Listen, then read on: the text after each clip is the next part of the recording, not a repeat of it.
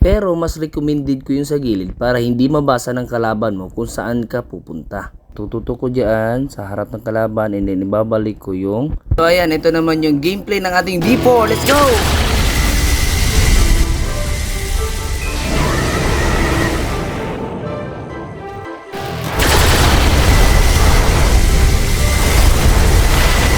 R, Dragon C, Spiky Trident X, Dragon X, God Human Z, then X and C. Pwede din ganito guys. So same lang sila ng pinakauna, doon lang nagkaiba doon sa God Human. So pagkatapos ng Z, ang unahin is C and X. Pag di namatay, Z sa Dragon. Ganito naman pag kulang pa sa level yung kalaban mo. So hindi talaga natatapos yung combo. Makita nyo hanggang dyan lang.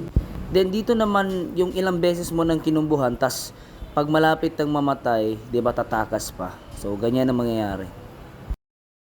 Ganito naman pag pangalawang beses mo na siyang kinumbuhan kasi nagkamali ka, and then ayan, hanggang dyan lang din naman. And ganito naman yung reality na nangyayari. Hindi talaga siya perfect na nakukuha mo yung combo kasi nga minsan may ganyan na stances katulad niyan. So lalaban talaga yung kalaban.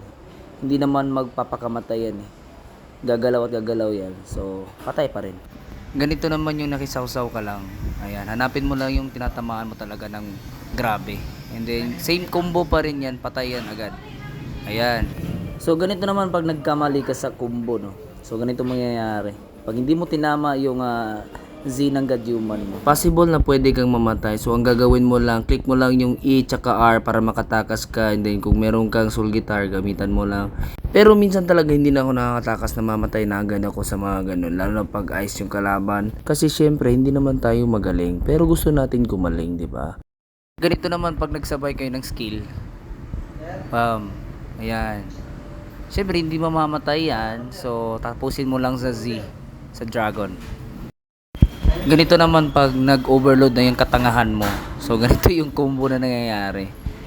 So mali-mali na lahat. Nakikita mo. Bam. Kung saan na napupunta. Pero nakakapatay pa rin.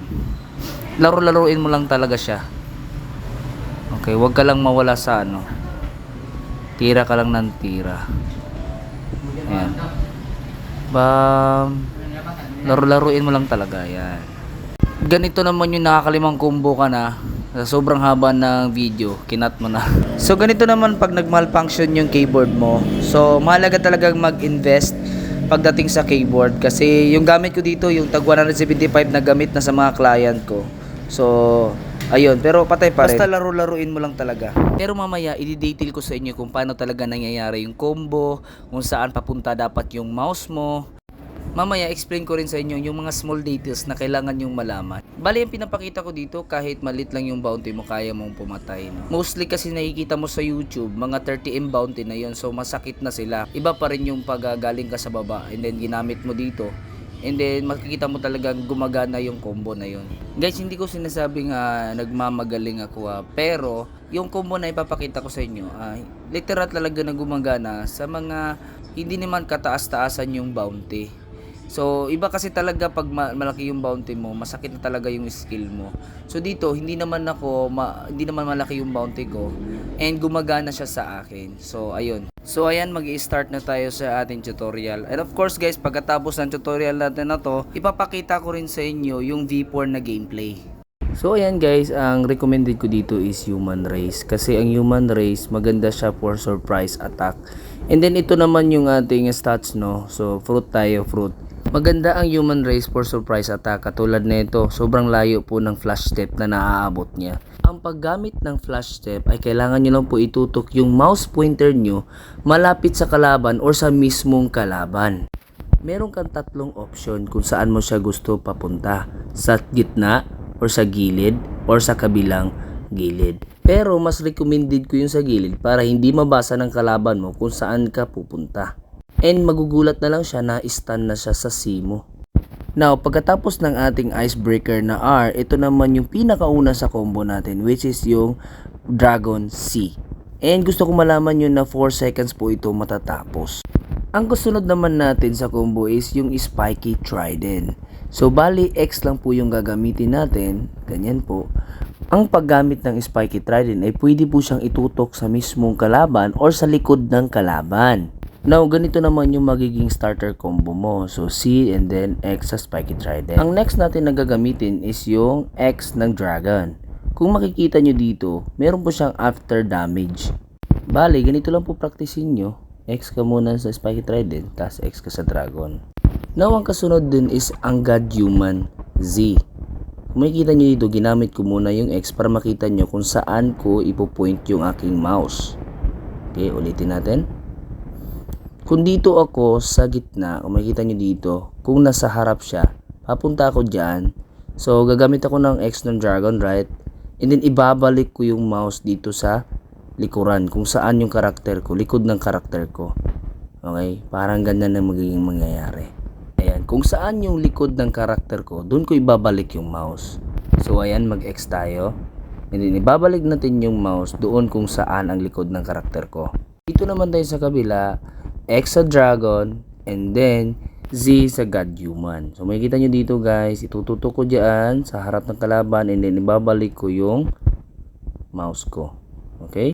Now, dito na tayo sa kasunod, ang God Human X and C. Mas recommended ko yung X muna bago C. Bali, ang gagawin natin, pwedeng itutok yung X or pwede rin sa likod. Katulad din siya ng C. Pwedeng itutok, pwede rin sa likod ng kalaban. So, para mas mabilis siya, pwedeng ganito. Itutok mo lang sa likod and then X, C agad. Pak, yun. Tapos ang laban.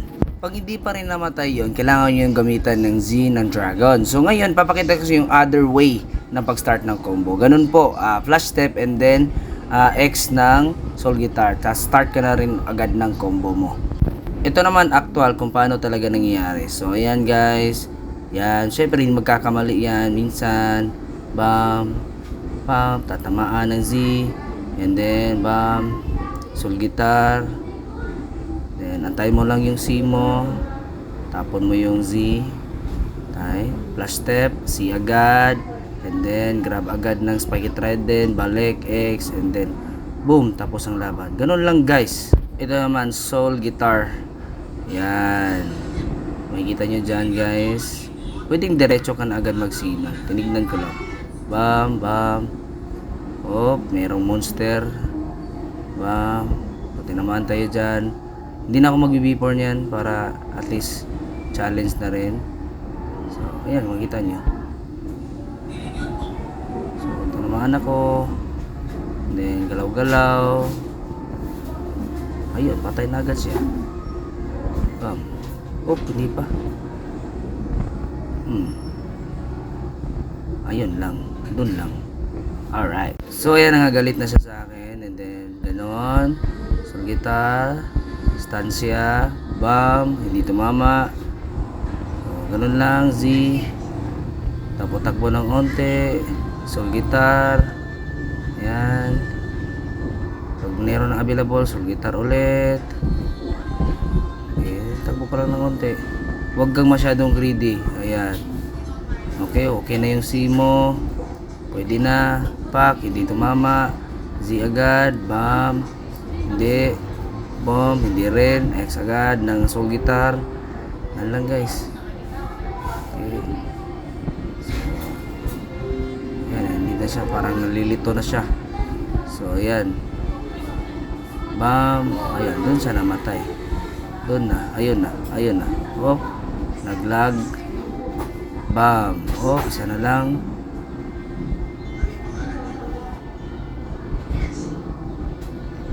Ayun, cooldown na yung C. Panapos talagang C. Okay. So, yun ang ano.